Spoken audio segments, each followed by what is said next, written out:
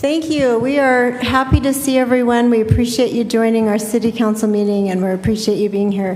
Councilmember Adams is en route. He is, oh, he's right there. Hello. I'm like a magician. He's magically here. Okay. All right.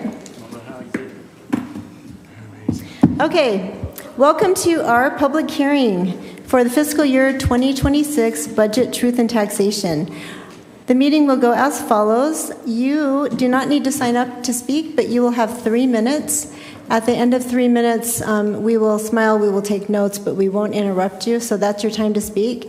If you'd like to come up to speak, please do so. Just state your name. And do they need to give their address? No, you don't have to share your address. Just state your name if you would. And then if you'll be respectful, we really would appreciate that. But during your time that you're speaking, we will smile at you. Like I said, we'll take notes, but there won't be any engagement from us because this is your time. So our plan is to go from 6:30 to 6:45, but if we still have people that want to speak, we'll continue to listen until you each have your turn. Okay? Come on down. Who's first? Oh, Mayor, Oh, actually... sorry. Just a second. I thought I'd just take 2 minutes to cover some very basic highlights really quickly. All right. Thank you for that. You're first. Jason Christensen is our city manager, and he is going to just kind of tell us why we're here and tell us what we're looking at. Thank you, Jason. And I promise it'll be brief. I just thought I could answer some questions right off the bat. It'll take 2 minutes. A lot of residents have been following this for many months. We've had 7 meetings over the last several months talking about the budget. Others may be hearing this for the first time, just depending on how closely things have been followed. But the final budget tax revenue increase is 1.7 or $1,795,000. So that represents an increase on the average homeowner of $12.80 per month. And what are the reasons for the tax increase? Really, it has a lot to do with just general inflation. We've continued to see significant increases in the cost of materials and just virtually everything that we do. We've also seen flattening sales tax. So to continue to keep the same level of service, this is just something that is needed. The 3 major changes to the budget in terms of additions are the fitness center, that a lot of people have heard about, partnering with Davis School District to build a fitness center that the city would be able to use as a rec center at Kaysville Junior High, and then 2 new staffing positions, an assistant attorney and a police sergeant. And then this just represents where our tax increase would be if the tax increase is approved. That would put our rate at 0.001917, which would be the 9th highest tax out of 15 cities in Davis County. Traditionally, we've been lower than this, but this would bump us up to number 9 between Centerville and Fruit Heights. And then just kind of to put it into perspective, how much of residents' property taxes go to Kaysville City? With this increase, it would be about 20%. So that orange slice of the pie there is what would go to Kaysville City. The rest of it, of course, as people know, goes to Davis School District and other taxing entities. And again, there's a lot of information, but I just wanted to cover some of those highlights, and that's all I have. Oh, one more thing. This represents the total, all taxes from the city and rate increases. So this is your trash pickup, your sewer rate from Central Davis Sewer District, your power rate, your electric rate, all those things combined. We looked at the average resident and what that would mean to them. We're looking at about $35 more per month for all those things. And that's all I have, Mayor. Jason, do you have the chart that shows overtime? I do on another slide. I could pull it up in a minute if you'd like. Yeah. Okay. But that's a good point, Mayor. I would like to point that out, that if you look at our tax rate today, our rate today is actually lower than the tax rate was back in 2001. That doesn't mean that we're collecting less property tax dollar-wise, but as the rate is concerned, the rate is actually lower. So we've actually held our rate pretty consistently most years. In fact, it's gone down more often than it's gone up over the last 25 years. So thank you. Thank you. All right, so when you find that, we'll talk about that after everyone has a chance to present. Okay, thank you. My name is Wade Vig. I live in West Kaysville. Obviously, I'm here because I'm opposed to any new taxes. I noticed on your chart it was very pro-tax. What I didn't see on your chart was how incomes are right now. They're not up, okay? Every household in Kaysville and in Davis County has been asked to cut back on their expenses because people aren't making more money and taxes are going up. And even to propose partnering for a new community center, I'm absolutely against it. We have lots of trails in the city. We just did an improvement over on Flynn and Webb Lane with a bathroom and a parking lot.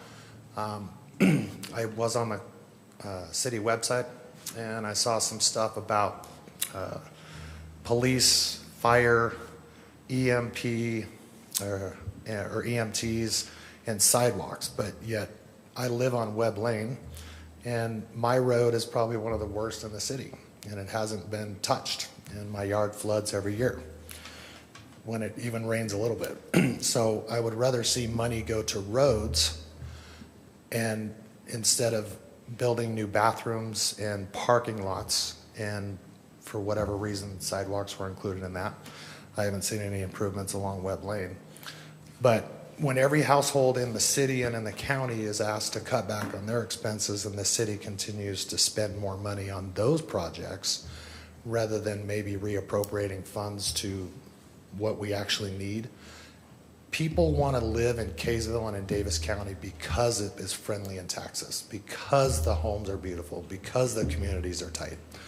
They don't need a public community center to attract more people, okay? You have people that are trying to buy land here now because the home values are high.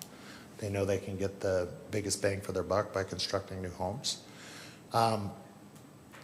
And there's plenty of places for these people to already be in the community. We have schools that are publicly funded that allow people to use those school properties during the summer months and even in the winter to walk on their tracks, to utilize whatever they can as far as exercise. And a new community center, I don't think, is what we need right now, especially when Davis School District, excuse me, Davis School District is also, I believe, proposing a new increase. And then we'll see another increase for sewer, if I'm correct. That's a lot of increases when none of our incomes are increasing, right? And so it's concerning to me, okay? I elected, or at least voted for a few of you up here, hoping that I would see more cuts than more increases. And look, I understand the wages of the people that work for the city of Kaysville are important. They have to keep up with the rising costs as well. So I'm all for that. The community center for me is a no. Okay. Thank you. Thank you so much, Wade.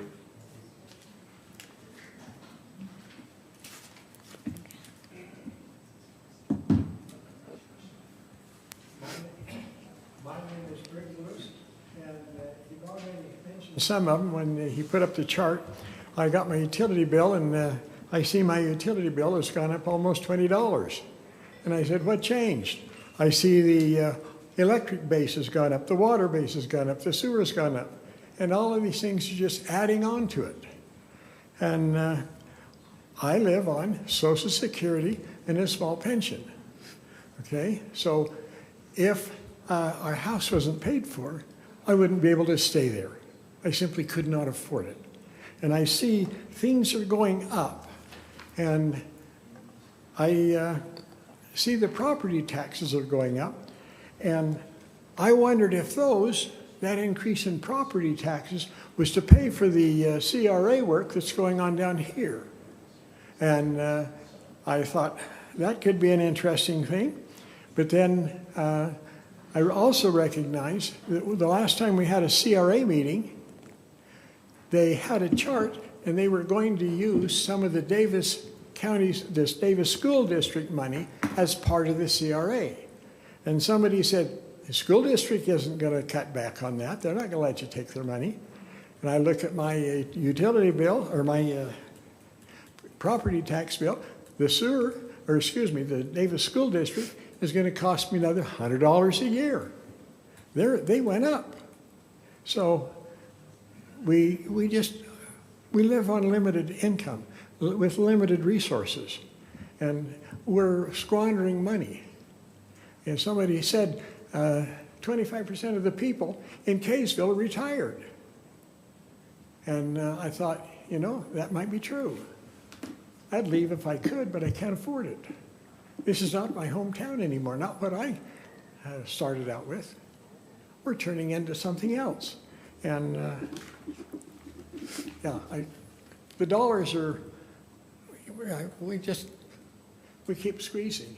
And after a while, we might have to go what they used to do years ago. So we have to buy dog food because it's cheaper. Nothing wrong with it. It works. Thank you. And audience, we appreciate you being cordial, and we don't applaud either way because we don't want to make it unfriendly for anyone, so thank you. Hi, Val Starkey. I was an engineer in power.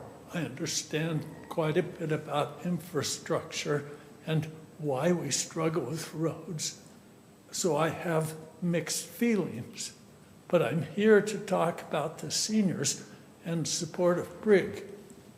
My mother, my sisters, 2 sisters, and I, we are all on fixed incomes. And I read an article searching to find out what's the percentage in Kaysville that are seniors on fixed. That's nebulous. It's hard to find. Maybe you have better data. But what I found that Brig quoted came from a seniorliving.org, and they said 25% of Kaysville is retired. And I assume that's on fixed incomes. True, there are some very wealthy people, but the majority of us aren't. So the last thing is I vote again about the rec center. I don't think it's needed. I don't think it's going to be used, but that's just my vote.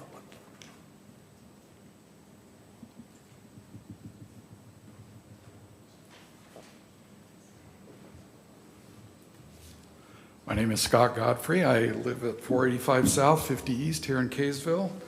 One of the things that I would strongly like to thank you for is the opportunity to speak freely.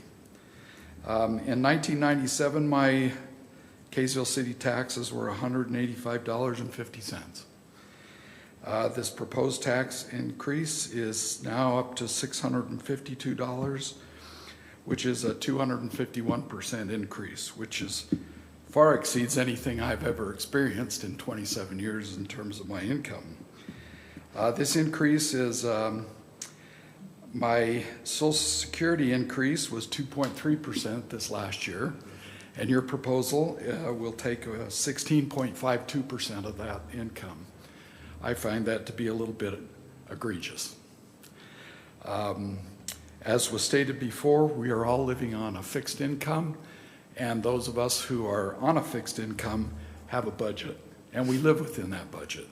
My question to you would be, how many of you live on a personal budget? And if you don't live on a budget, why not? The second question, or the second concern that I have is with this new proposed partnership with Davis County School District, we're going to invest $10 million over 30 years. I won't be alive when that time comes around and that bond is finally relieved. And this is for something that I will never use. I'm a little concerned that we are spending money on things that probably 95% of the population of the city of Kaysville will never utilize. What is the total cost of ownership for this building? What are the expenses that are to be expected over the next 30 years?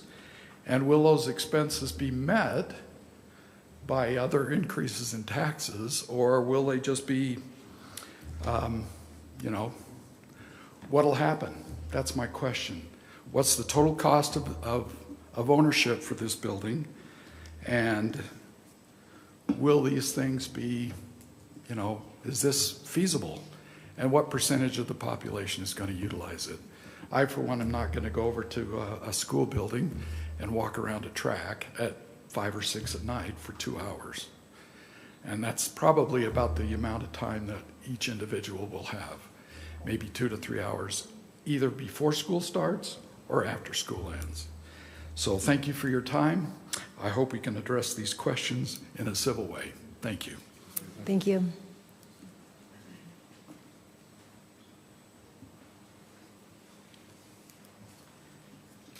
Good evening. My name is Jerry Schmidt. Before I start, I want to thank our veterans who have given so much so we can participate in our democracy. I'm not here to debate the merits of this tax increase. I'm here tonight to remind Kaysville residents that there are property tax relief programs that some residents, some here tonight, will qualify for. But you need to get with the Davis County Comptroller's Office and get your applications in by the end of this month. Yes, 3 weeks away. Bring your income tax forms with you, and if your home is in a trust, bring those papers also. You can call 801-451-3331 or go online to the Comptroller's Office at daviscountyutah.gov to find out more. There's programs for blind people, indigent, disabled vets, active duty vets, and low-income senior homeowners. That last program, the Senior Homeowners Credit, is the one I want to focus on. For this year is for seniors 66 and older or unmarried widows or widowers with household incomes of under $42,623 in 2024. Last year, 873 low-income senior households in Davis County were helped an average of $616 through this program. Unfortunately, in the last legislative session, Senator Dan McKay of Riverton tried to destroy this program with Senate Bill 197, calling it welfare for people who don't pay taxes and suggesting that seniors need to move from their longtime homes. All of us know $616 is just a partial subsidy, and many of these low-income seniors still had balances due. With over 60 entities, including Kaysville City, proposing property tax hikes in Utah this year, these relief programs are more important than ever for low-income seniors.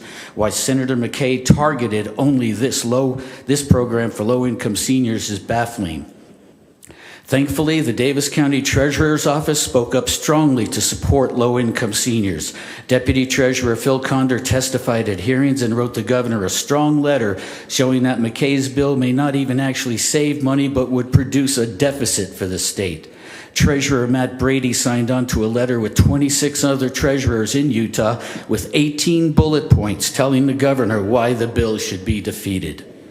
Thankfully, Governor Cox vetoed this terrible bill.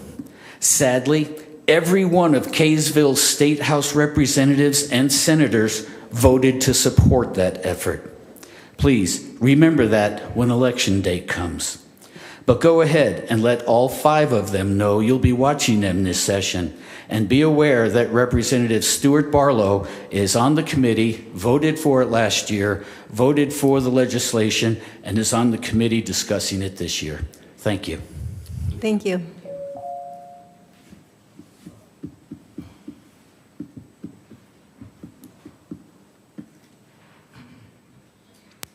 My name is Rick Turnbull. My family and I have lived in Kaysville for many years, since 1988. We've come and gone several times, and we always come back to Kaysville. We've built 3 homes here in Kaysville. Just recently retired a few years ago and had no interest in coming tonight and speaking until I read on the city webpage about this new complex, the sports center that you want to build. Obviously, as you can tell, I don't go to gyms or exercise clubs very often, okay? I did buy an electric bike this year, and I go out and ride my electric bike on many of the wonderful trails that we have throughout Davis County. But as I contemplated this new sports complex, or I guess it's called, I'm not sure what it's called, community center. I just don't feel we need it. I think we need to let the other individual entrepreneurs out there, the gym owners and different people like that, let them take care of the people that want to go play basketball or go run at tracks and things. Indoor pickleball, we have a great place here in town now, the Pickler. And I'll bet you before long you're going to have some more people want to open up places because it's such a lucrative business for them and things. So I don't understand why Kaysville City wants to get into that business.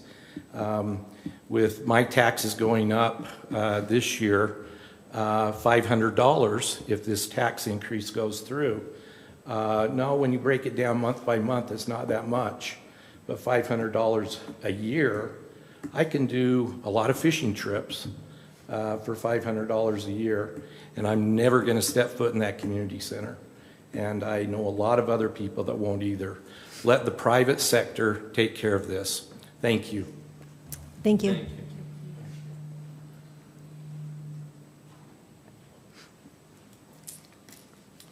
Jerry Thompson. My wife made a mention to me about how this community center may actually be a negative for the city in terms of we have businesses right now that are providing these services, and that's tax income to the city. And if we're providing a recreation center that is not receiving those revenues, we won't receive the taxes as a city. So that's a negative in that standpoint. As I was reading through the literature that was given out in regards to this, the very first statement starts talking about the history of Kaysville being fiscally sound. And basically the community coming together without the great resources of, say, a city like Layton has with the commercial taxes that are coming in for them. But we're a community that stands together. We're a community that evolves and finds a solution. And a great example of that was in 2008 with the winds. The winds did a lot of damage in this city. And the notice went out that the city would come and clean up. But it wasn't the city that cleaned up. It was the citizens that marshaled together and did the work. And I would encourage this council to look at other options rather than just raising the taxes on the people, but put the people to work. If there's a trail that's being put in, find a way to use some of the community around that area for them. Be innovative. Find the resources that are here for them. Thank you. Thank you.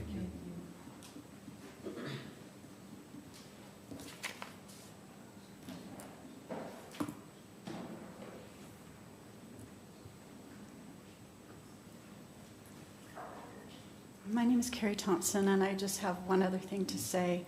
Not too long ago, I was on a committee for the, because we wanted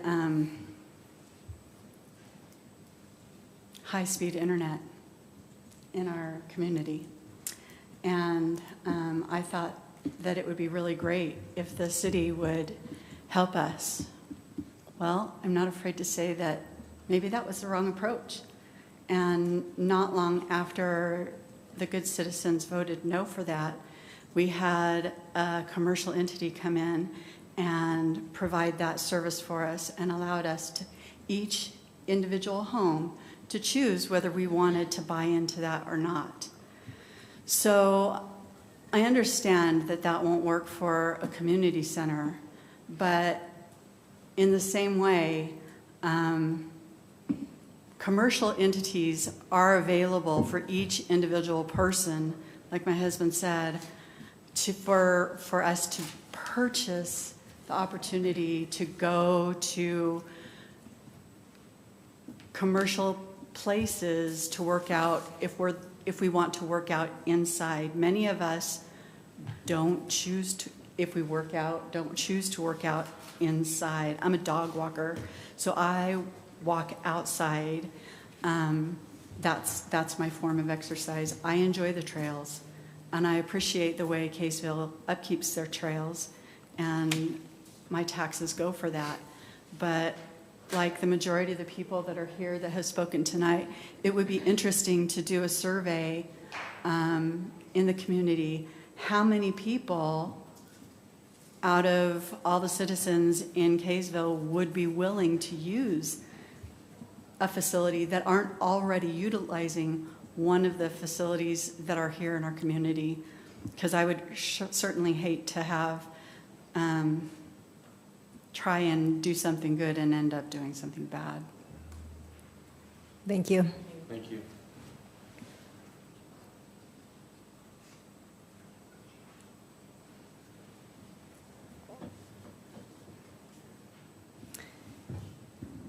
Anyone else? Oh, come on up. Open concerns? I'm sorry, what? Open concerns? Sure, you have 3 minutes. Come on up.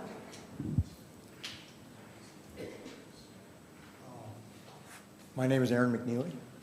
I live at 399 East, 1700 South, Kaysville. I have a concern about the way our tax money is being used for the trimming of trees or not. I've been asking for years for my trees to be trimmed. They're up at the power lines behind my house, right by where you used to live. Okay, they're about 40 feet higher than the power lines going through. That's a danger. We're held hostage in our backyards right now. I've had the city come out several times to look at it, but that's all they've done. Okay. That's all I need. Okay. That's it. All right. Thank That's my you. concern. Okay, thanks. Okay. Thank you. Okay. Let me finish writing that note. Trees. Okay. All right. We can. Anyone else? Okay. Mine's just a PS to a neighbor who said, is there anything the matter with being the lowest on the list? Especially if there's a reason that we can. I did look through some of the budget hearings, and I want to empathize with you because it's not my favorite activity.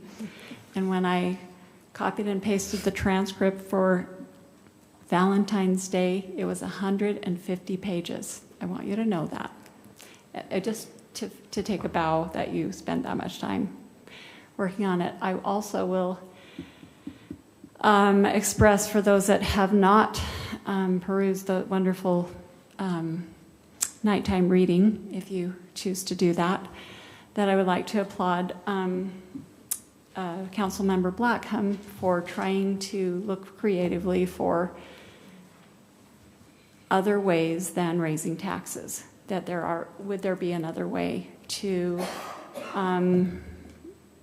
provide for the safety needs that we have without hiring the gift that keeps on giving, which is a permanent installment of a new hire. I appreciate being the person that does the budget in our home. I appreciate having enough, and I appreciate that there is enough. I also greatly appreciate knowing that we have limits, and it's appropriate to look carefully at our expenses as well as in comparison with what is reasonable and what is the income. So I know I know what's going to happen. I mean, I've spoken with 4 of the 5 council members, and I do not expect a great change from having listened to the citizens. But I will say that I really, really appreciate persons that made a decision to come and a decision to review the increases and to carefully understand that your voice matters, that your thinking through things matters, and that your communication with your representatives. We want to thank our representatives, and we want to thank those that choose to participate. And that's what I have to say. Thank you so much. Thank you. Thank you so much.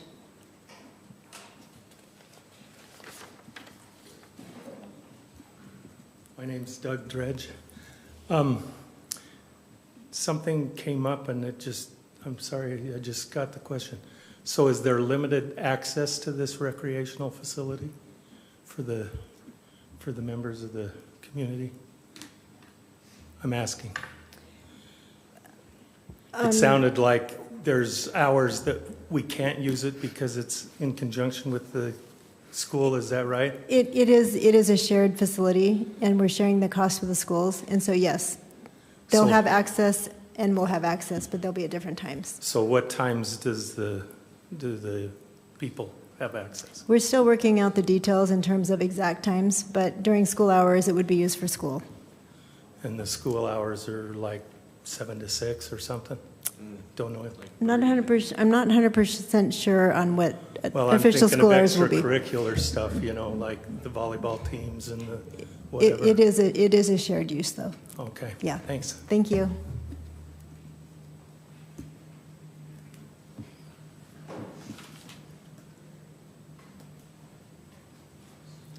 My name is Blake Wade. The information was helpful that was put up in terms of where the money's going. It'd be nice to see more of a breakout if someone can put that online. Those are very disparate categories in terms of what's being paid for. It'd be helpful for the citizens to know what's being paid for the rec center. I came tonight hoping that there would be a budget item for addressing something with fire protection on the west side. We've got, with bridges out and the growing population going west, we've got quite a distance between our fire station and homes on the west side. And I don't know if that's being talked about. I just had thought maybe that would be somewhere addressed in those numbers with that tax increase. So those things would be helpful to see. A little more breakout on that, better information about that and what the arrangement with the school district is, but then also what's happening with fire on the west side. Thank you. Thanks, absolutely. Thank you.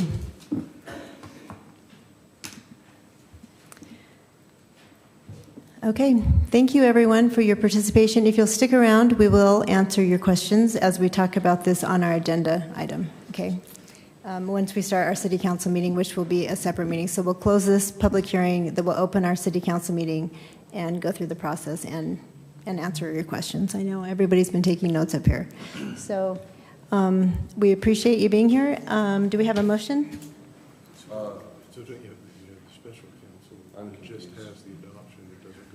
Yeah, so the public hearing. That's what we're just closing. Then we'll have this meeting. Only has the adoption, so it doesn't, it's not. We can talk about it in there, yeah. Okay. Councilmember Adams. I guess I didn't hear what you guys were talking about. Oh, we'll just. That there's the, Yes, I misspoke. So we'll have a special city council meeting, which will be the next agenda item. We'll talk about the certified tax rate, and we'll answer your questions.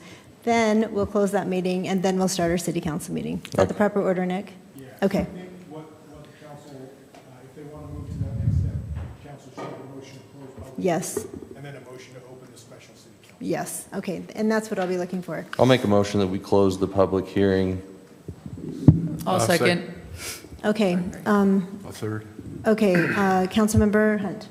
Aye. Aye. Aye. Aye. Okay, public hearing is closed. Thank you. Would someone like to make a motion to open the special city council meeting? I'll make a motion that we open special city council meeting. Okay. Okay, Councilmember, all in favor? Aye. Okay. Okay, sounds good, guys.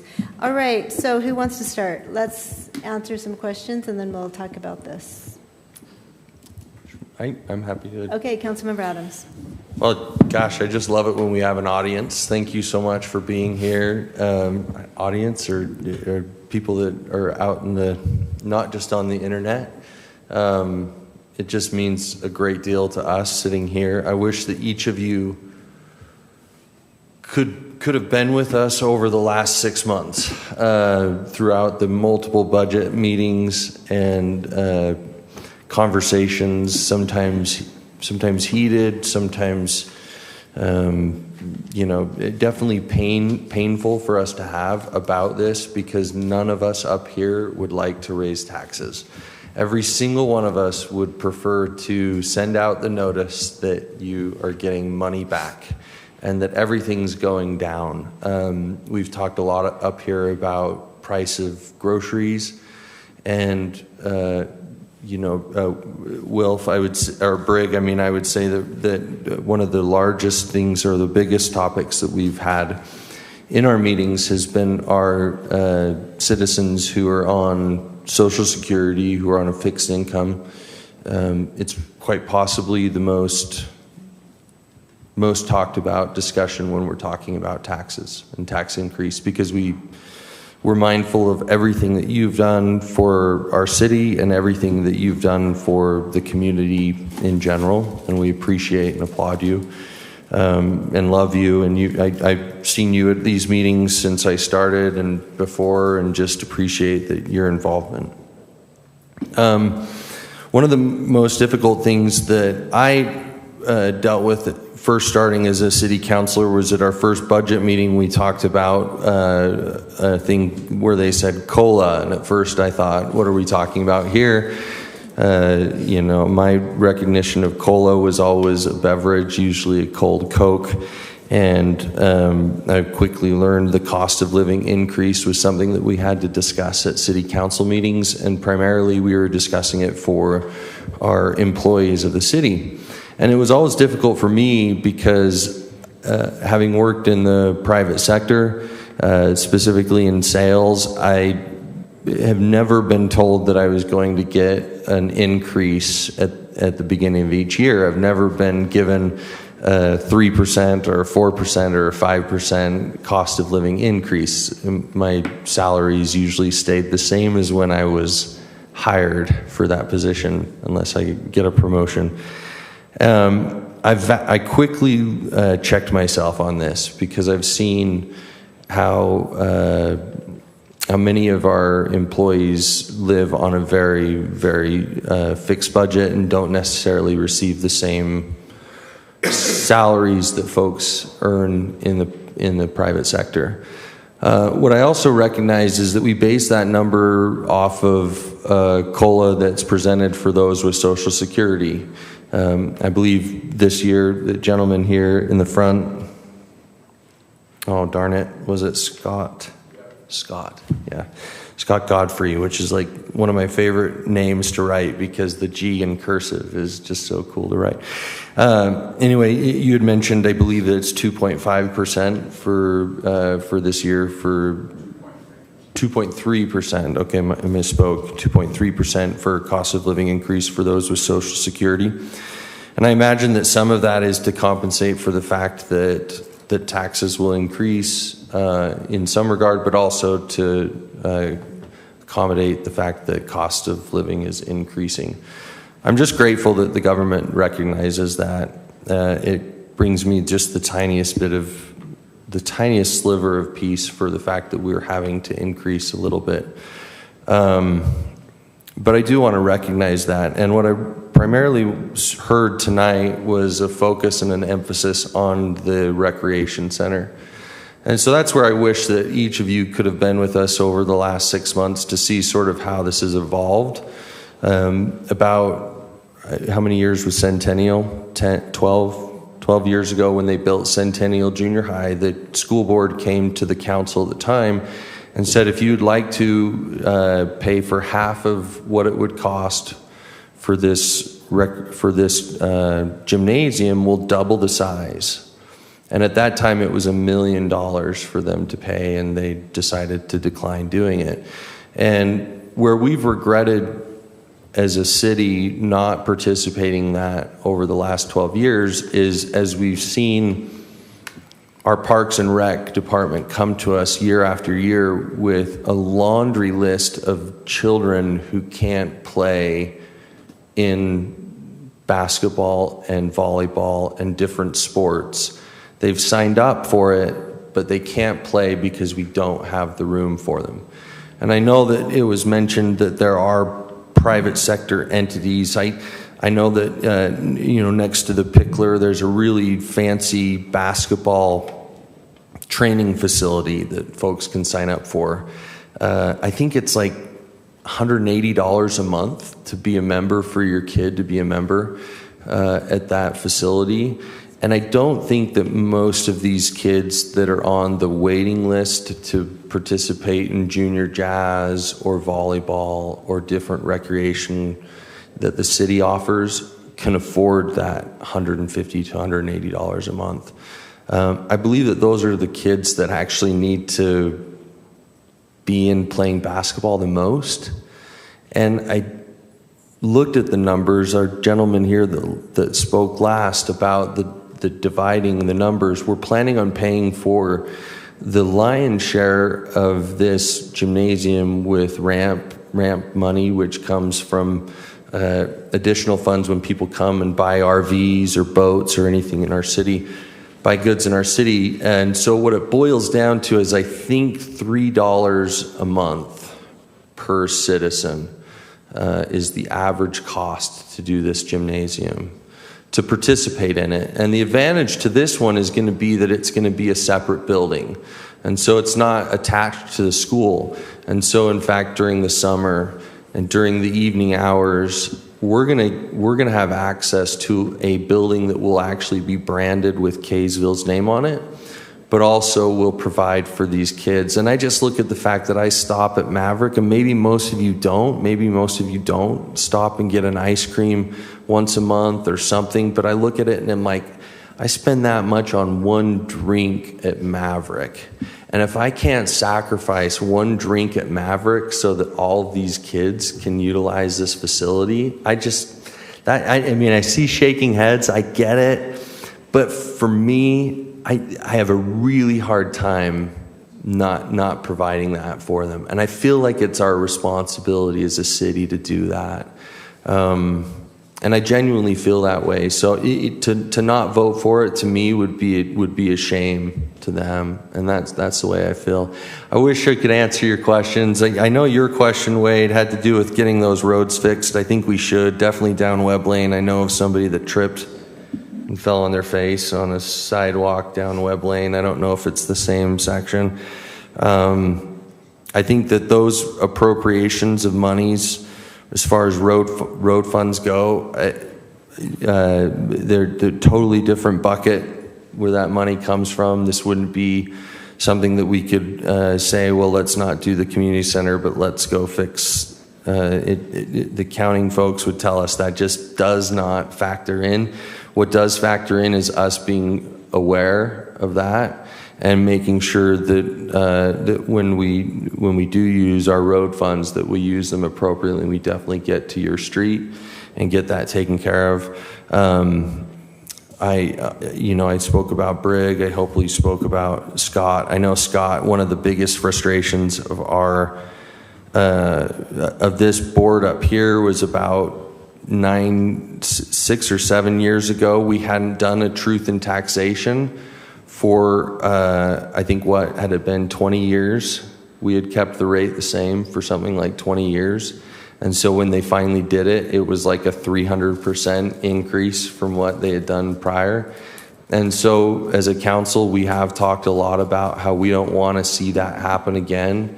We would rather grow as the community grows, and as inflation increases, we'd rather recognize those increases as they happen rather than waiting 20 plus years. So it didn't surprise me, your number from 145 to 652.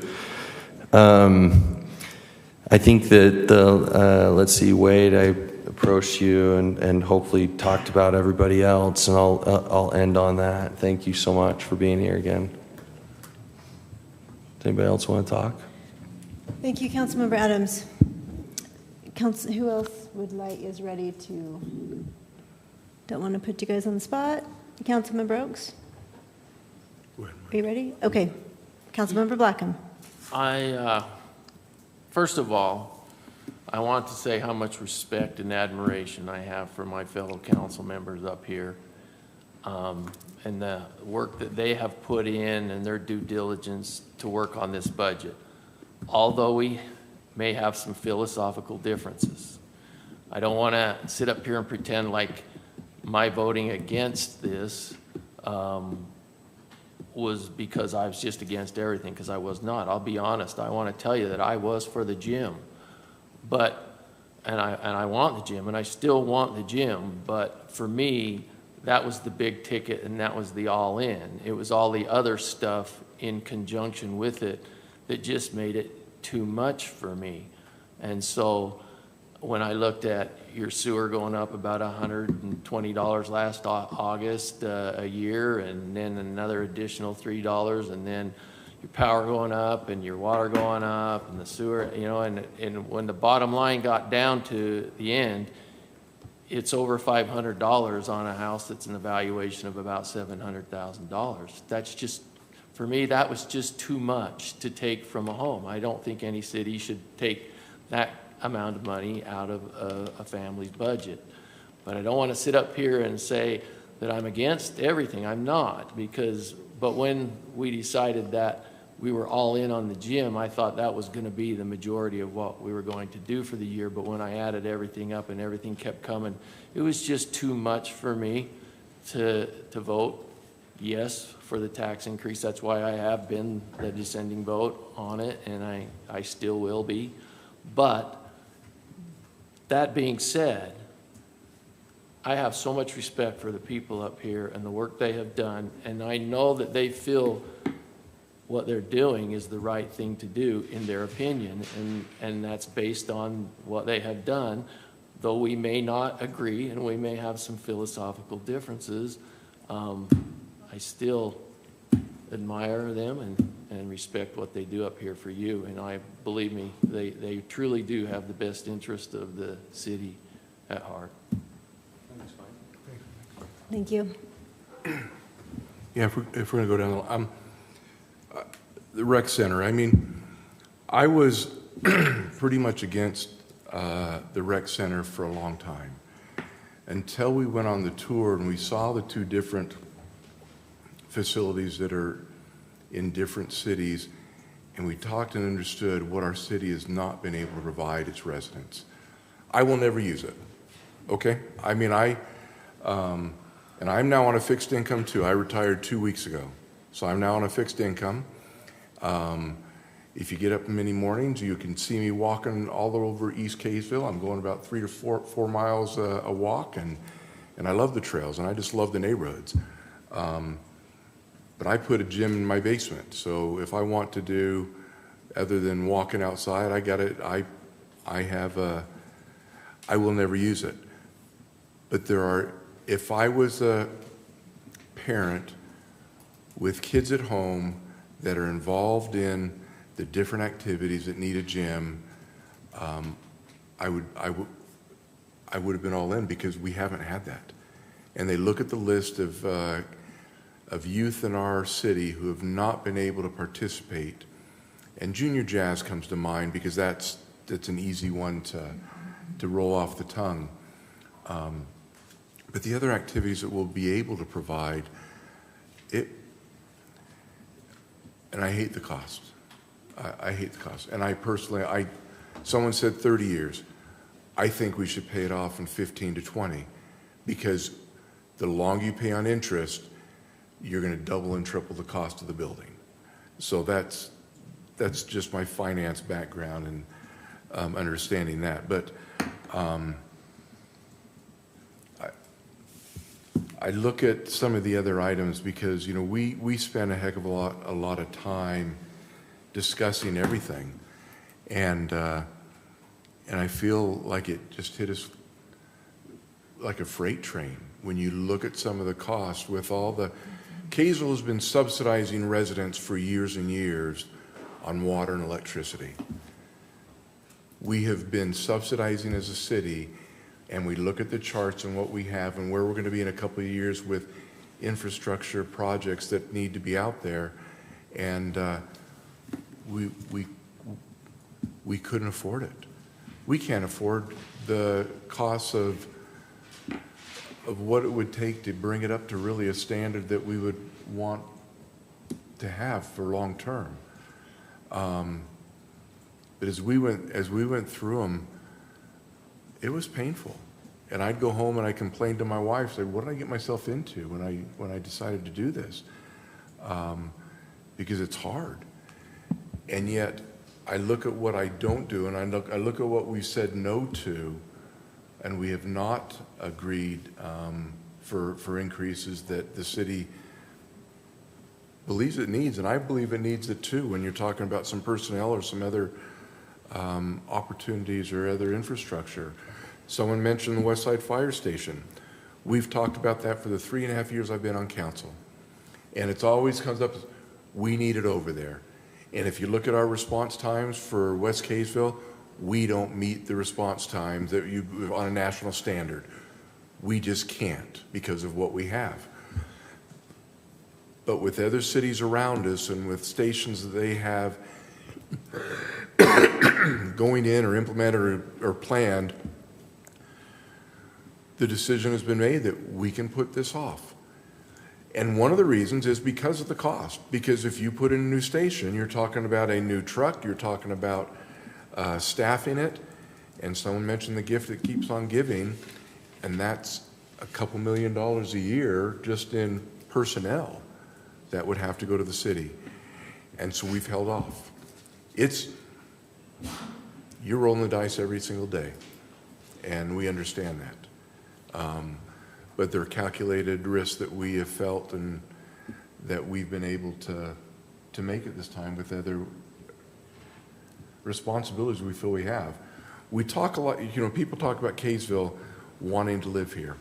People want to live here and they expect a level of service that the city will be able to provide. And we hope to provide that. We hope to, you look at where we're at in our property rate, our percentage. We're always below the middle of the pack, and yet people could still consider Kaysville to be one of the top couple cities in the whole state to live in. And we're doing it on a budget. And unfortunately, the last couple of years, inflation has really killed us as a nation. Prices never go down. I mean, those of us who've been around, it never goes down. And so what, I think I had one more question that was not on the rec center.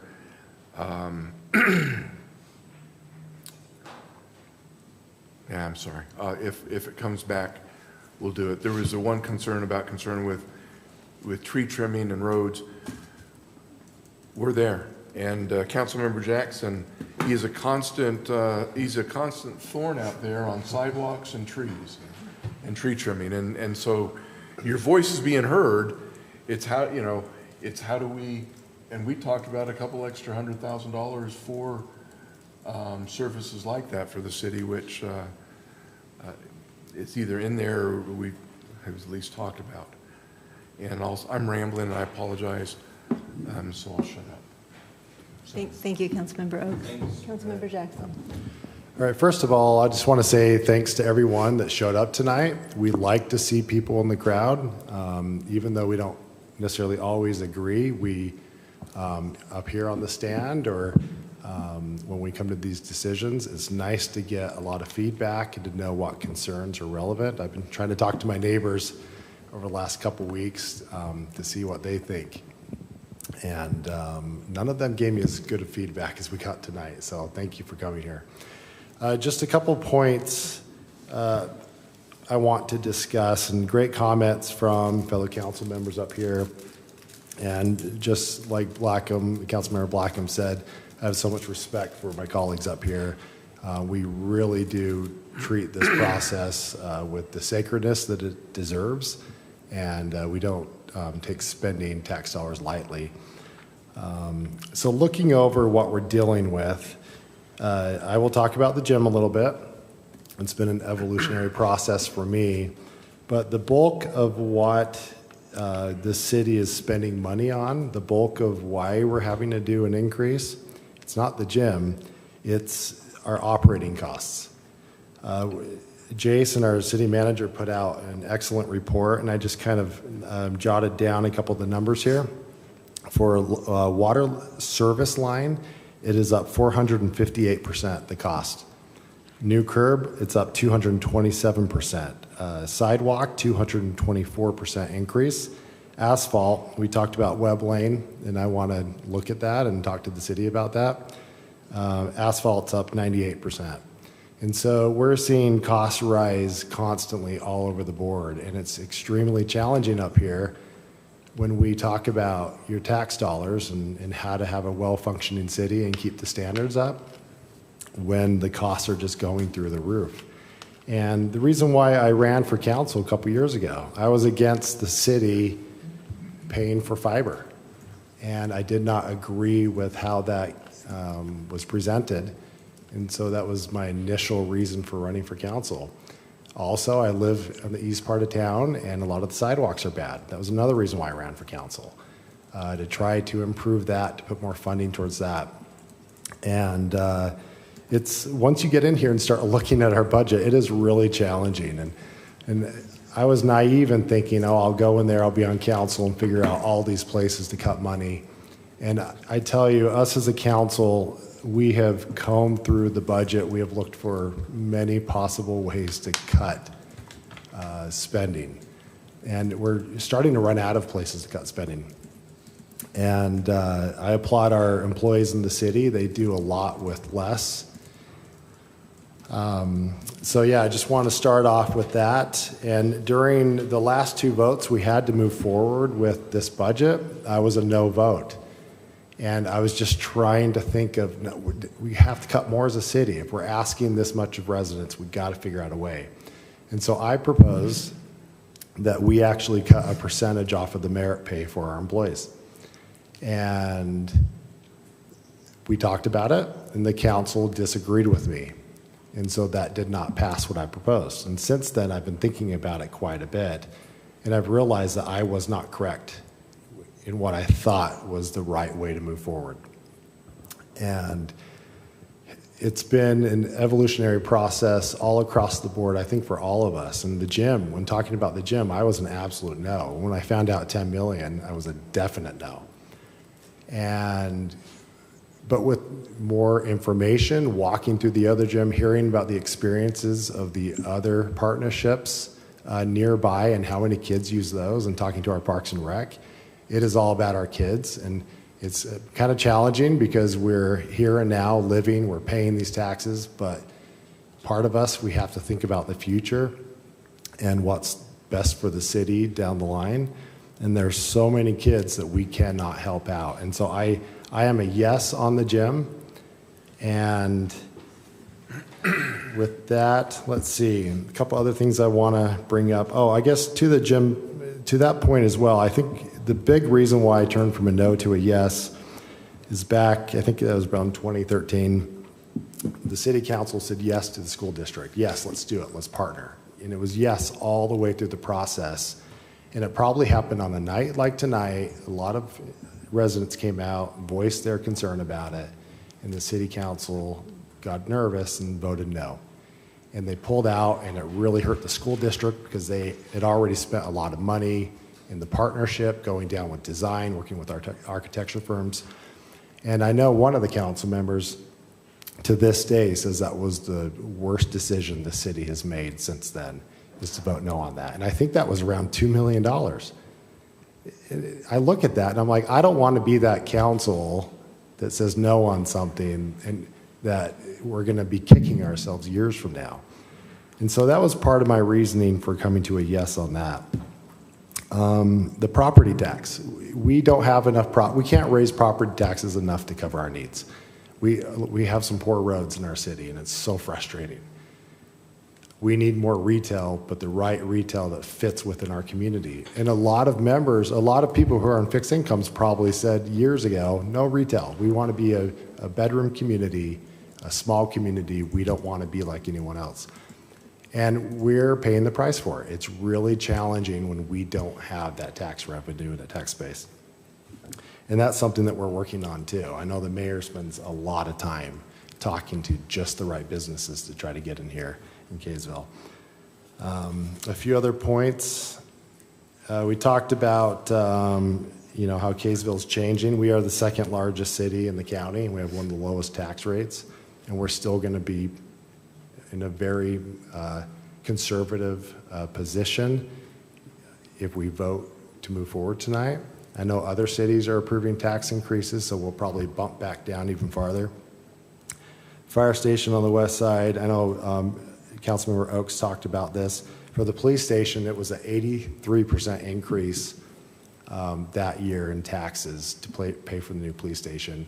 And this fire station, it's going to be a lot. And we have really good coverage. I know Layton's building one right on the border. Farmington has one for plans, and we all work together with our neighbor cities. We were subsidizing Fruit Heights for years in their emergency services. And we finally came together and said no to Fruit Heights. They got mad and pulled out, and we suddenly had several $100,000 deficit that we're trying to make up. That was a few years ago. And so, yeah, those are some of the points I had written down, but you know, this process, it's very challenging. My dollars don't go as far, and every day I feel concerned about it. Our city has kept taxes low for years and years. We have a special graph. I don't know if Jason's going to talk about it, but it shows it's our, let's see, it's our water expenses and revenue graph. And we can play with the numbers. And we had a council meeting where we played with the numbers, where we adjust it just a little bit now, and it completely changes the trajectory for the next, 15, 20 years. Yep, here it is. And so every time we adjust it, we could see where that line goes. And right now, the line, that's what it looks like. It dips below a level that's unacceptable, that we will not be able to really work our way out of. And so I kind of look at the city budget the same way. Like councils years ago probably should have adjusted the taxes just a little bit, and we would not be in the situation we're in now. And so I don't take this decision lightly, but I want to be the council that actually helps the city for years to come. And sorry, I got a little long-winded there, but as you can tell, we all, feel strongly about what we're doing. So, thanks. Thank you. Councilmember Hunt. Thank you. I guess first I want to thank everyone for coming. It's always nice to get feedback, has been mentioned. And also especially thanks to the people who are here for our Employee of the Quarter Award. I think they're getting more than they bargained for. So sorry you're having to wait, but we appreciate you coming. Gosh, like everyone has said, there have been a lot of meetings and a lot of thoughts, and I agree with a lot of the things that have been said. So I just kind of want to second and say that a lot of the stuff that's already been said is stuff that I've kind of processed, so I'm not going to bring it up again. But there's a lot of good conversation that we've had. In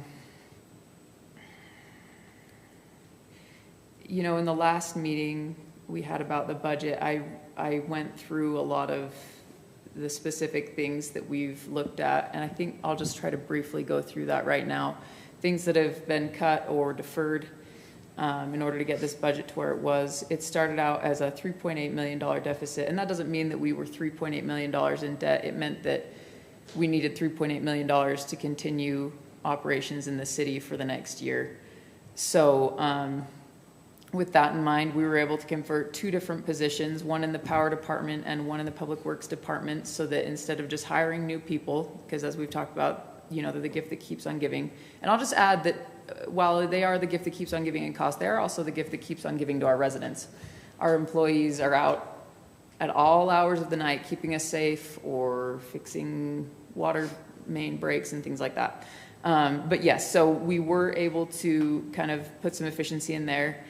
The police department was up for $98,000 worth of new vehicles, but because of the tight squeeze we're in, they were able to defer those. They felt like our vehicles could go for a little longer.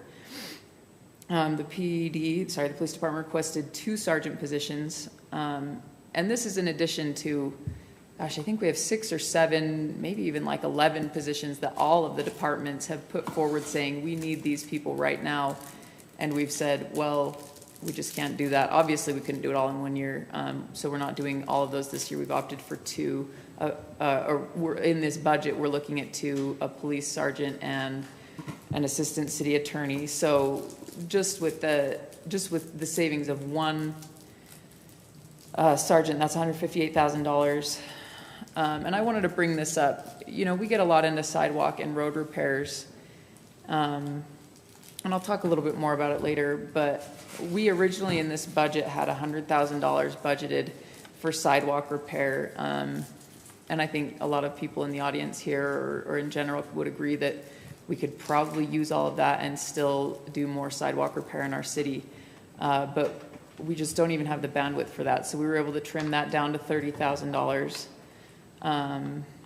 Another thing is our community development department proposed a comprehensive code overhaul. And of course, you know, that sounds like, oh, well, that's easy. We'll just take those things as they come. And I'll just share some of the things that we've taken as we've come because our code is not up to date. If anyone lives near the Mr. Car Wash, that's something we've taken as it's come. And the neighbors there can tell you that that was not a happy thing to take as it comes. So a comprehensive code overhaul, while it may not sound like a need and is something that we have deferred and it saved us $200,000, it comes at a cost. It comes at having some of these things happen that we're not anticipating, that we can't anticipate because we do not have the bandwidth to go through the code and fix those problems. Let's see. So, I mean, gosh, and the list goes on. We've talked about the increase in capital costs in some of our departments.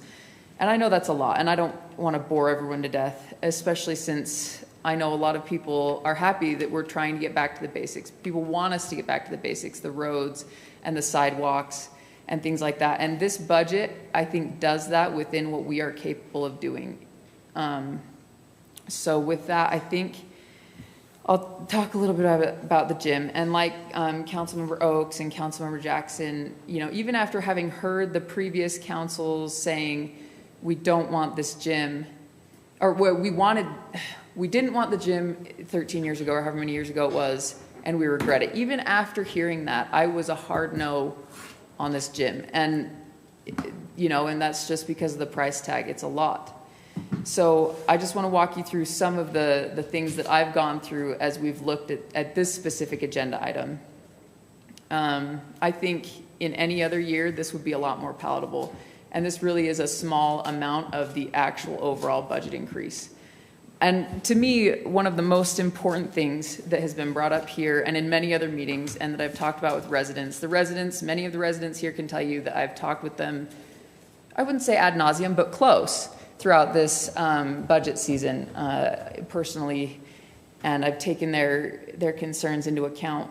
But one of the biggest things is public safety and the fire station. And it's important to note that doing this gym is not stopping us from doing the fire station this year. The thing that is stopping us from doing the fire station this year is that we are just not ready. We don't have the plans. We're looking into it. We have looked into it for the past several years. We couldn't even do the fire station this year, even if we wanted to. But the other good thing is that this doesn't stop us from doing the fire station in the future years, even if we want, and I hope we do look at it. I'm hopeful that we'll be able to bring it into the agenda and look at it next year. But as has been said, I think by our city manager and some conversations we've had, putting in that fire station by itself likely will move us from where we are in the county to one of the top taxed cities in the county. And if we want that fire station, and I think we do, there's nothing we can do about that. So to me, doing the gym now was not in any way putting the gym before public safety because it's been on our radar and because we have looked into it and we are looking into it and we're in the process of making it happen. So I just wanted to bring that up. Another thing about the gym is that, you know, I would have loved to put it off to a year where things weren't so tight. But with the schedule that the school district is working on, we kind of were put between a rock and a hard place on this one. So it was a decision that had to be made now. A few of my friends who have spoken with me and shared their concerns about the gym wanted to make sure that we shared some of the considerations we've made on the gym, especially the fact that there are fewer children projected to be living in, like the population of children is going down. And I think that's an important point to bring up. It is going down, but our city population is going up. And to talk about that, I'll also share a conversation I had with one of my neighbors they called me up and they're like, you know, how come the city doesn't do first night anymore? And how come the city doesn't do the light parade? And these are all things that as a city we used to do, and in part they have been cut because of cost. In part, those are things that we stopped doing because we decided we couldn't afford to do it anymore. I mean, there are other factors, but at least in part, it was decided by cost.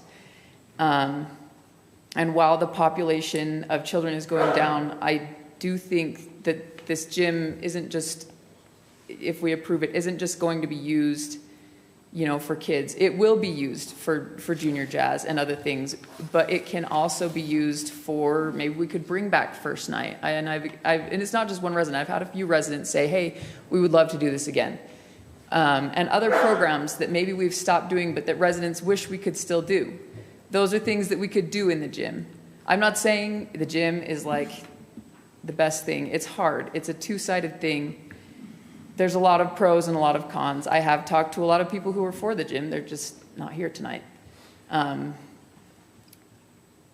I know I'm rambling on it a little bit, but those are kind of the things that we've gone through. Oh, one more point is with the sidewalk repairs. And I think I brought it up already, just that this, we've budgeted in the amount that we feasibly can do for the sidewalk repairs. So this isn't taking away from that either. Okay, so now that I've talked about the gym, I just wanted to share a few other thoughts. I guess, you know, as has been brought up by residents and by some of us up here today, I think we're all feeling the pinch of cost and you know, our pay and how much we can pay.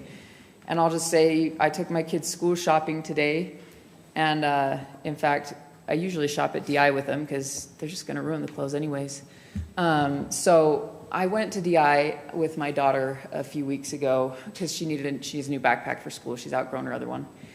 And we were sitting there looking at them, and gosh, this is a little bit embarrassing. And I found, I was like, this one has so many cool features. Don't you like it? And she was like, Mom. She started crying, and she's like, Mom, I don't want a backpack from DI. I just want a new backpack. I was like, I know, but it just doesn't make sense to buy a new backpack for $50 or $30 or whatever, especially when everything that's made now is garbage, when you can get a used backpack for like $3. And so she started crying, and I was like, okay, you know, maybe this isn't the backpack for you.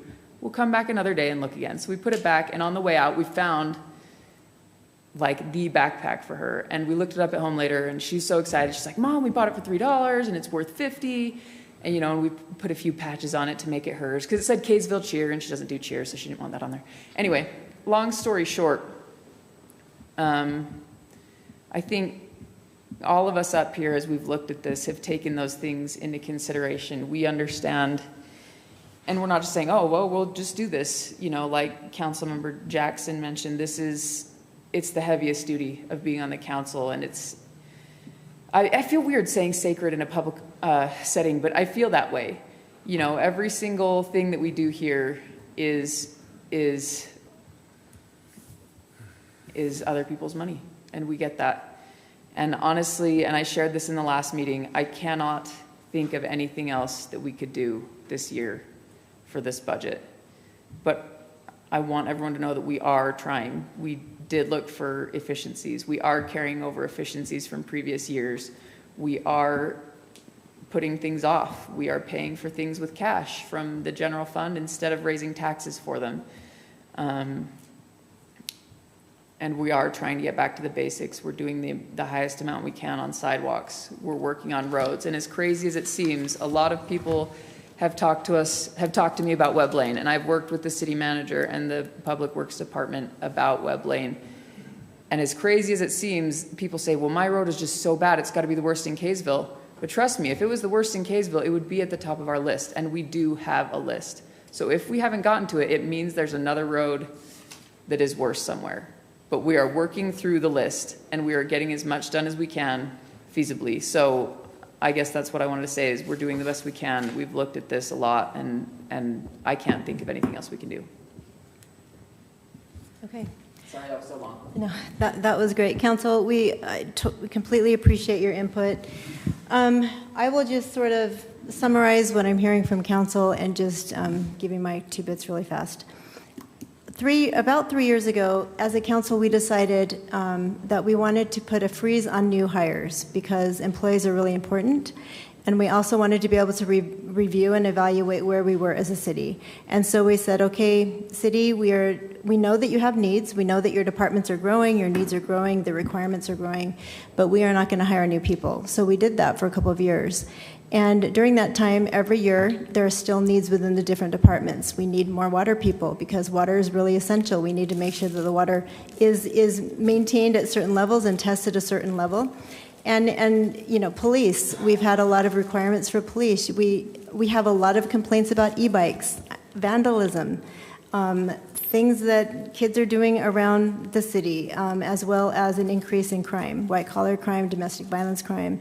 And so we've said, well, you know, we understand that you have these needs, but please just try to handle them.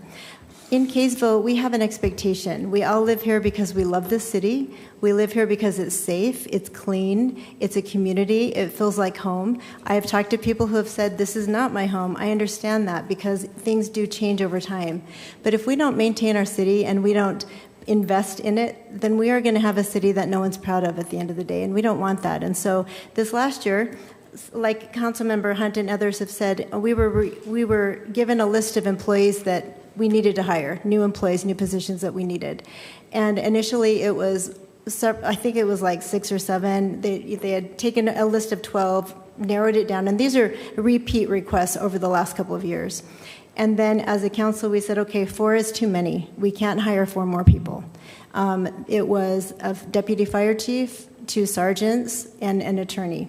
And we looked at the needs and said, okay, tell us why you need these positions. And so we have had robust discussions. This is our 8th meeting talking about the budget this year. And when we're talking about the budget, these are 4-hour meetings that we've had in terms of budget workshops. They're all online. You can go back and listen to them. We've put a lot of thought and truly prayer. And I realize this is a public setting, but we've had a lot of heartache over making these decisions. So we came back and said, okay, why do we need another attorney? Well, we have litigation costs in the city. If we don't have if our attorney doesn't have the bandwidth to answer the questions that we have, whether it's ordinances or laws or enforcement, or we have cases that the police bring to them, everything that happens in Kaysville is handled by our attorney in Kaysville as it moves through the system, and that's one individual. And so we looked at the costs of litigation and the costs and the cost of service and decided, okay, that is something that we absolutely need to hire. We need to hire. We looked at consultants. Should we hire someone as a contract attorney instead of a full-time attorney? We got the number. So we've been crunching numbers up here. It's not just, okay, sure, and one for you and one for you. We've not done that. We've asked really hard questions. Our finance director and assistant director, they have multiple meetings. Each council member has met with staff individually and our city manager multiple times outside these meetings saying, do we really need this? Tell us why you need this. And so the other position that we decided to fund is a sergeant position in our police department. We look around Kaysville, and I think Kaysville's perfect. We have no problems here. It's not the case, guys. We're just like every other city. We have crime, we have problems, we have issues. We need more help. And so people can only be stretched so thin. And so those are the 2 positions that we decided to fund. That's expensive. In addition, like as mentioned, we want to take care of the employees that we have, because any of you who have been employees or have businesses, and a lot of people do in Kaysville, I have employees, it's expensive to retrain, recruit, find new people and start over. And we also don't want to do that. It's also not good for morale, but we want to be able to take care of people who are working here. A lot of times city employees have an opportunity to go work in the private sector and they can make a lot more money. But the perks are different. Here in a city, you get a pension after a certain amount of time, you've got some job security, and so they make those decisions and that's their decision. But we have to take care of our staff. And so in addition to that, we have some aging infrastructure needs. We've looked over the years at our rates. You know, it seems like Councilmember Blackham, tons of respect for him. He is such a smart man. He's been a building inspector. He's fiscally responsible, as we all are. And he said, you know what, that's a lot to put on people, and we understand that. What we're trying to do is avoid a tax increase of this amount in the future. And so the reason that the rates are being adjusted is because we have been subsidizing as a city, it's been mentioned, we've been subsidizing water rates and power rates. We can't do that anymore. We just can't. You know, you think, well, everybody else is raising their rates. It's true, it's because the costs are increasing. So what we want to do is we've got this model that we're using to try to anticipate what our future needs will be. We have some software that the city's invested in so that we don't have tax hikes that are painful, so that we can incrementally fund these things and plan for them and prepare for the increase in costs as we move forward. And so it's frustrating, and I understand it. It seems like a lot at once. But if we don't do it, we are going to be in a world of hurt, because next year we're going to have to come back to you and say, you know what? I'm sorry, we're going to have to do this again. And that's not a fair thing, and I understand that. I'm a huge advocate of doing truth and taxation every year. Jason, will you flip to the other, this one? Can you see that one? The rate, just keep going. Yeah, if you'll just keep scrolling down. Uh-huh. Yeah, so this is yeah, we scroll down just a little bit more to the end. Okay, this is what we've done historically in holding truth and taxation over the last little bit. You can see, so this year we anticipated a 31% increase. It's actually going to be 27%. It's a little bit lower than we anticipated. I know that's nothing to shout about, but at least it's lower than we thought. Last year, there was actually a 3% reduction in your taxes. The year before that, there was a 22% increase. That's because we had to take over paramedics. And then the year before that, it was 23% reduction. And then the year before that, 5% increase. And then for a couple of years, we were able to hold the rate. And then a -7, so a decrease, a -4, a decrease, a -2, a decrease, and the 83%, as was mentioned, was a police station. So as we've been looking at this, we are doing our best to hold things. You guys, we tried to get a CRA approved. Someone mentioned that. A CRA is a Community Reinvestment Act is what it's called. And it's where you let different taxing entities kind of contribute to help you develop your city, to help you resurface buildings, to help invest in your city, to help bring businesses to your city, or help the businesses that are already there. Well, we went through that process, and residents said, hey, we don't want our houses included in the CRA project. And we said, okay, well, we've been working on this for 4 years, but we're listening to you. So fine, we'll scrap it and we'll start over. So we decided to scrap that project and start over. So we've been reaching out, trying to help ourselves. We had this campaign that some of you were aware of, tried to get Trader Joe's into Kaysville. Well, not everybody wants a Trader Joe's in Kaysville because it changes things. It brings in more traffic, but it also brings in sales revenue, tax revenue. So we've been trying to look outside the box. How can we help ourselves? Also, how can we support the businesses that we have? I'm a huge advocate for small business. I'm a business owner. We've tried to promote our small businesses. We've tried to say, shop local, everybody. Get excited about Kaysville. And so it's not that we've just been sitting around doing nothing. We have really been advocating for our community. We have really been advocating. We've asked for additional money in grants from Davis County.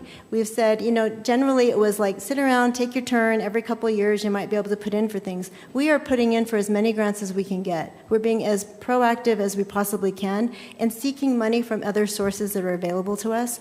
And so we're working really hard because we know that overall, we expect this quality of living and quality of lifestyle in Kaysville. In order to maintain that, we're going to have to pay for it. And so we're trying to think about what can we do? What can we do to help ourselves? And so as we're talking about this, I just want you to know that we have also been working really hard on the back end, trying to develop our community. I realize not everybody wants businesses in Kaysville. Well, we have a great community of businesses in Kaysville, and we want businesses that are going to complement our city and going to add to it and add to our tradition, our culture. We as a council have fought really hard to be able to preserve your neighborhoods. We talk about growth. Growth is necessary. Growth will happen whether or not we want it. People are going to move into our city. Those people being our own children. Right now, I have my son, his wife, and their 2 kids are living with us because they can't find anything affordable. Now, I understand, sometimes we don't want that, but what we are doing is we're looking at, okay, where could things be appropriate? and what do we want as a city. Right now, we're working on our Main Street revitalization plan. What we're doing is we're trying to go out to the city and the community to get as much input as possible. This isn't my plan, it is not the council's plan, it is our community's plan. So we need people to engage, and we need people to help us help ourselves as we try to look at our future, decide what we want to become, what we are, preserve what we are, plan for the future, and really prepare for it so that it looks and continues to be the city that we love. In terms of the fire station, several have talked about that. Now, the fire station, what we have are mutual aid agreements between our city and other cities. And so even though Kaysville City specifically might not be able to get we might not be able to get to a location on the west side, for example, as quickly as we could. There might be a fire station on the west side that can get to that location quicker. And in mutual aid, we all help each other. So whomever can respond first will get there. So I don't want anyone walking away thinking that, oh gosh, we're not meeting our metrics and our houses are going to burn down. I live on the west side too, and it's a very big concern. However, with new fire stations going in, we're evaluating, should we district? Should we create a fire district? Would that be a way to save money? What we're finding out is that that will end up costing us more money. So we're doing our homework to try to really, truly vet these opportunities and these experiences for us, to try to see what really matters to us and how we can be fiscally responsible. As far as the gym goes, it's not a gym just for kids. This is a fitness center. We did a statistically valid survey as we talked about our city plan a couple of years ago, and one of the things that a lot of people wanted was some sort of a recreation facility. Now, a lot of people wanted a pool as well. A pool will be about $30 million. We've talked to the school district about partnering with them on a pool. We've realized, okay, as nice as it would be to have a pool, it doesn't pencil for us. So that's not something that we've been willing to do. We've even talked to other cities that have pools. Hey, you guys want to fix your pool? How about what if we all shared this cost? Could we kind of do a co-op and do a service, like a pool district? And that also is very expensive. And so what we're trying to do is we are doing our best to live within our means. I know some of you won't probably want a rec center type facility. I think that there are some of us that don't want some other things that we still need to pay for, and as a community, we are part of. And so not everyone plays pickleball. People love pickleball. I don't personally play pickleball, but we have nice pickleball courts, and I was okay because I'm part of a community in contributing to pay for that. And I know I'm not going to change your minds, but I just want you to know that this fitness center, ideally, it will have an indoor track. There are people that can use that track. We've talked about private sector, the private companies coming in, providing these resources and these amenities for our community. Yeah, they are available, but this will be something that will be free to our citizens, free to our residents. There are people, like you've mentioned, or some people have mentioned, that can't afford to go be a member of a gym, or can't afford to be able to be a member of a sports training facility. Those types of things can happen with this shared gym space. And so I know that I'm just reiterating what you've probably already heard. I just want you to know that this has been a very thoughtful process. You guys, we have put our heart and souls into this budget, trying to decide what's happened. What we've done in years past is we've borrowed from the general fund. You can do that, and a piggy bank is nice to have, but you can't do it forever because we have to maintain a certain amount of money in there because of rising costs. You have to be fiscally responsible, but it would be incredibly irresponsible of us to be too afraid to make decisions that are hard because not everyone agrees with them. You're trusting us to make decisions because we're in the room and we're having the discussions, we're at the tables, that you don't need to be at because you've elected us to represent you. And I'm sorry if tonight you're thinking, well, you're not representing me, I didn't want a gym, I didn't want this. Overall, a lot of residents have wanted these things, and so we have to take all of the information that we have and we have to make decisions based upon that. So the reason that we are at this point is because we spent a lot of time to get here. I wanted to make sure that we address all of your questions. Let's see. Just trying to see if there's someone.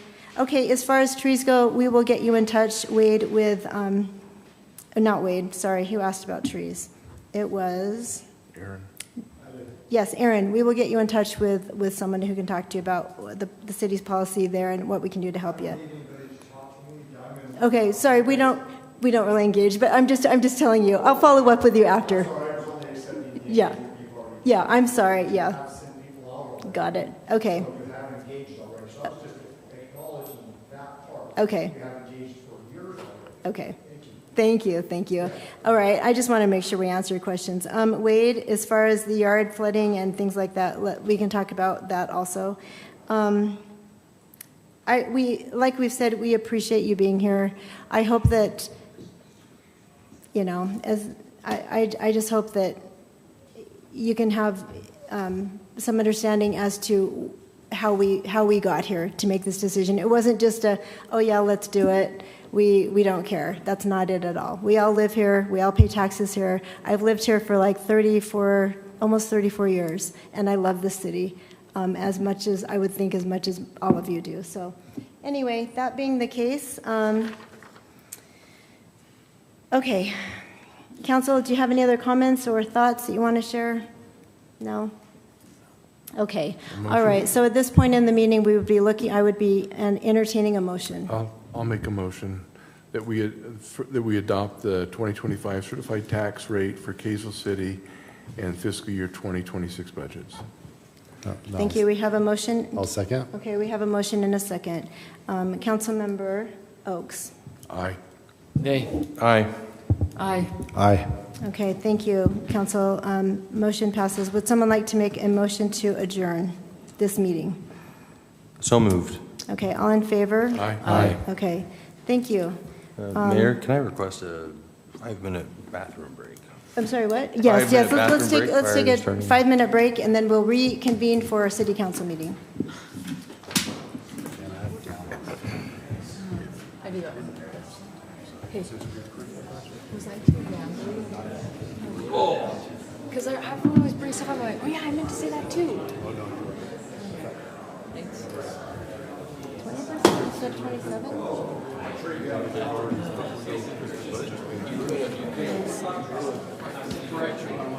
Yes. Oh, I know. Did I say it was free?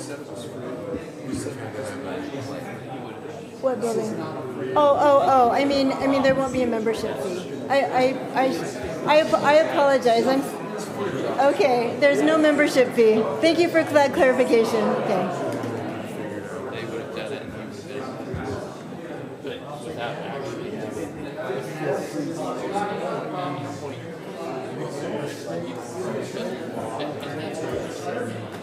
Great.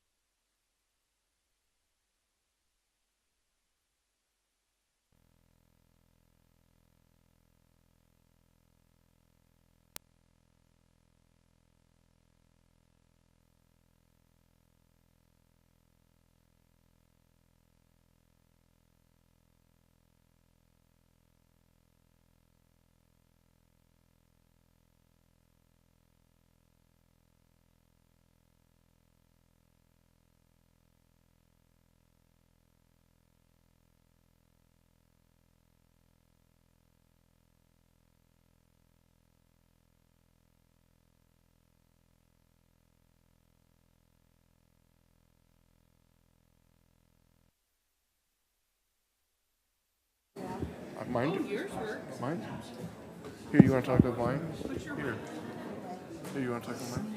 Hello, testing. Hello, everyone. Let's start our city council meeting. Please take your seats.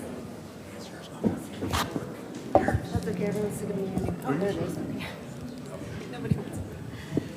Okay. Thank you. All right, welcome to our city council meeting for August 7th, 2025. My name is Tammy Tran, and I'm going to do a very brief opening so that we can move our meeting along. Okay, and I'll start with an opening prayer, and then I'll lead you in the Pledge of Allegiance. Our dear Father in heaven, we are so grateful for this opportunity that we have to serve our community as city council members. We ask you to please bless us, that we will be able to make decisions that are logical and wise and with compassion and empathy. We're grateful for our residents. We're grateful for those that participate here with us, and we ask you to please bless them and their families. And we say this in the name of Jesus Christ. Amen. Amen.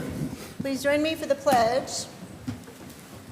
I pledge allegiance to the flag of the United States of America and to the republic for which it stands, one nation, under God, indivisible, with liberty and justice for all.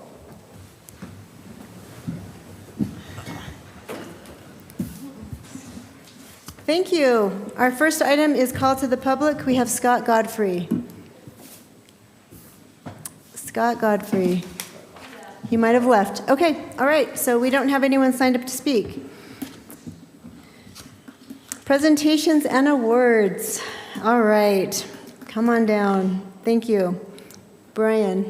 Thank you, family, for being here. I'm sorry that you've had to wait for such a long time. Thank you, Brian. Mayor, Council, thanks for all you guys do. You've got such a incredibly difficult job, and we appreciate you being here tonight. It's good to be here myself, to be a part of this Employee of the Quarter Award. Just really quick, I just want to talk about Greg as an individual and the important role that he's played. He's the first sub-tech the Kaysville City has ever had in the history of Kaysville City. It's very uncommon to not have a sub-tech, and he came in at a very crucial time where there were a lot of demands, a lot of needs. There still are. But he's had to do things that have never been done here in the city, which has required a lot of research, a lot of phone calls, a lot of conversations with other cities, with professionals,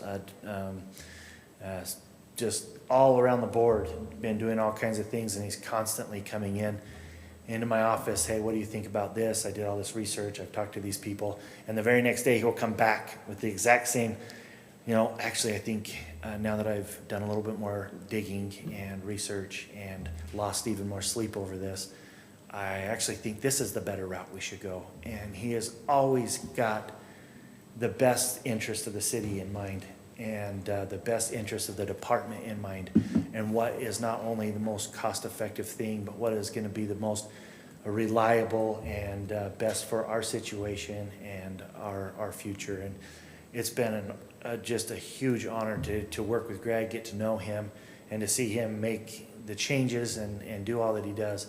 And he's always has a great spirit about him. He's always happy. I've made him make some very uncomfortable phone calls to everyone all across the country, even into Mexico, with our transformer and in the Schick sub. And he's excelled and just really knocked the ball out of the park in many aspects. So it is my privilege and my honor to present him this evening with the Kaysville City Employee of the Quarter, and tell him thanks for a job well done. Thank you.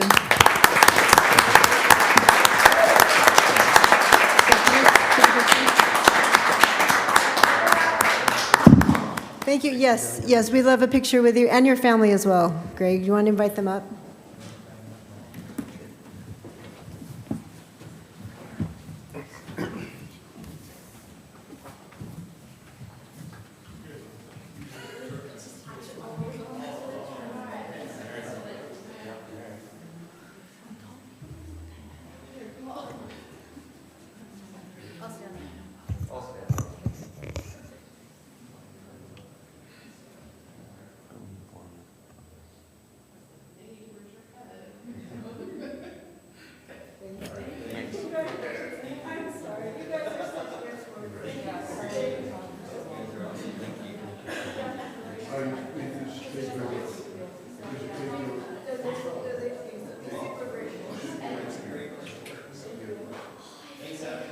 Yeah, thank you. Thanks.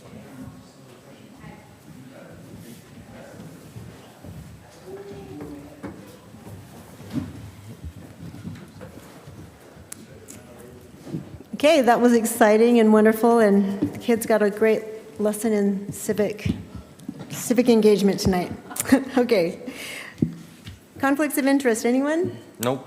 Nothing to declare. Okay, we just have a consent agenda. Would someone like to make a motion? I'll make a motion. Just a sec. I'd Oh, like to Mike would like to talk take a about Okay. F. Sure. And the only reason I'd like to talk about it is because I think Marion can help, but because of this resolution declaring, and Jason was going to get me some stuff and you didn't, but declaring Kaysville City's intent to advance and reimburse equipment costs for fire department ambulance. You'll recall, this ambulance. You got to make Just a a second, motion just a first, sec. Let's make a motion to remove consent item do I have F. to I'm not sure we can leave it. I was going to talk about it and just leave it with all the rest. I'll defer to you, Mayor. Okay, okay, if it's okay with everyone, okay.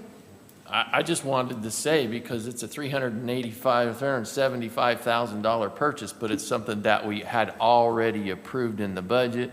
We are self-financing it through a lease purchase to save a lot of money on interest. Is that correct or not? Correct. The only thing this does tonight is it basically checks a box for the IRS that we can do this with a tax-exempt purchase. There will be another actual lease purchase agreement coming back to the council later on in another meeting when we actually purchase it, but this is just checking a box for the IRS so that we can make those tax exempt and save money on the interest. So it's not like it's an additional $375,000. Fantastic. We're glad you brought that up. Thank you.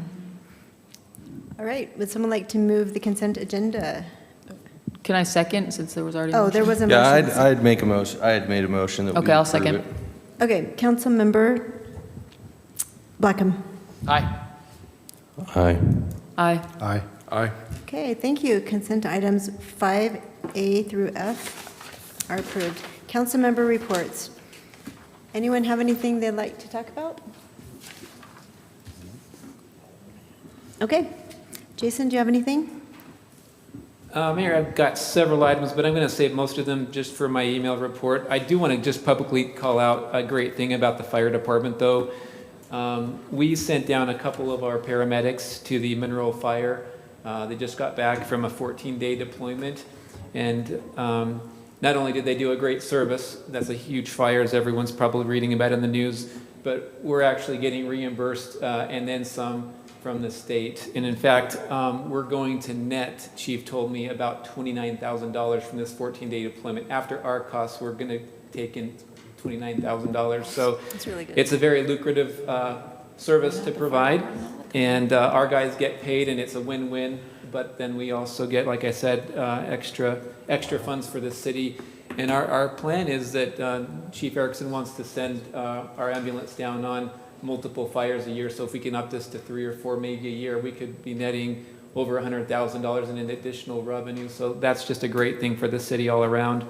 And again, this is just the ambulance. We're not actually firefighting. So they went down and just were kind of on standby a lot of the time, but fortunately no injuries, or major injuries, I should say. But again, just wanted to call that out as a great thing, I think. And I'll save the rest for an email. Okay, thank you. Councilmember I did have a couple things. I Sure. just didn't have time to get to my Oh, okay, sure. notes.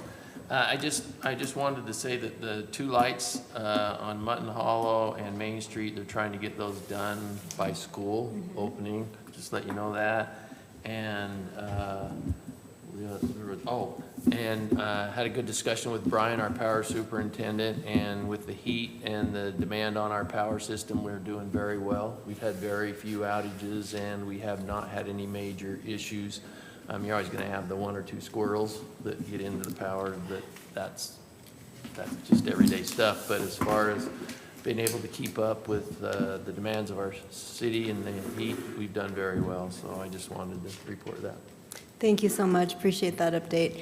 And appreciate everyone's patience on the roads, because things are getting done and it's really exciting and it's almost over. So thanks, everyone. Anyone else? No? Okay. Motion. Would someone like to make a motion? I'll make a motion to adjourn. Okay, So moved. All in favor? Aye. Thank you, everyone.